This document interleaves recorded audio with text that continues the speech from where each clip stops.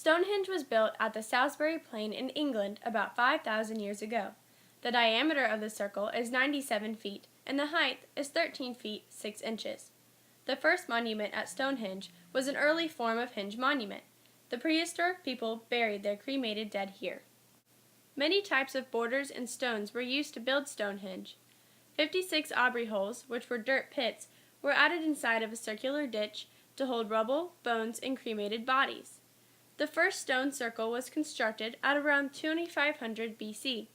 Stones called sarsens and smaller blue stones, which were imported from Wales, made up the center cluster of rocks and were brought to the site at about 2500 BC.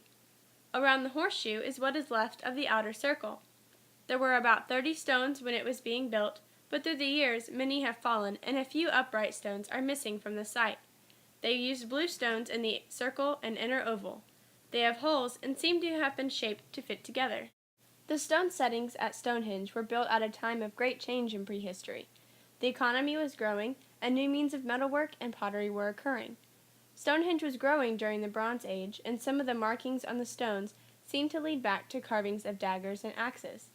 When the Middle Bronze Age came about, less effort went into the construction of ceremonial monuments like Stonehenge, and focused more on the creation of the fields around it.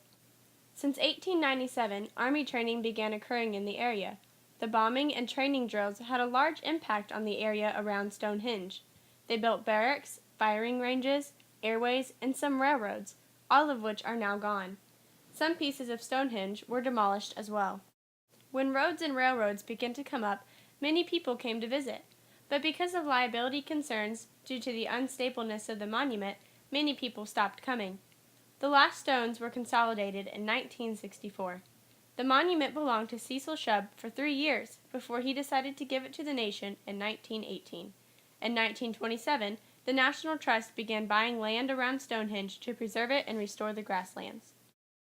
To this day, we will never know exactly what Stonehenge was built for, though we do have a few ideas. One idea being that it was used as a religious meeting place. The prehistoric people buried their dead here, and they may have done religious dances around the center. Another suggestion was brought about due to the knowledge of farming.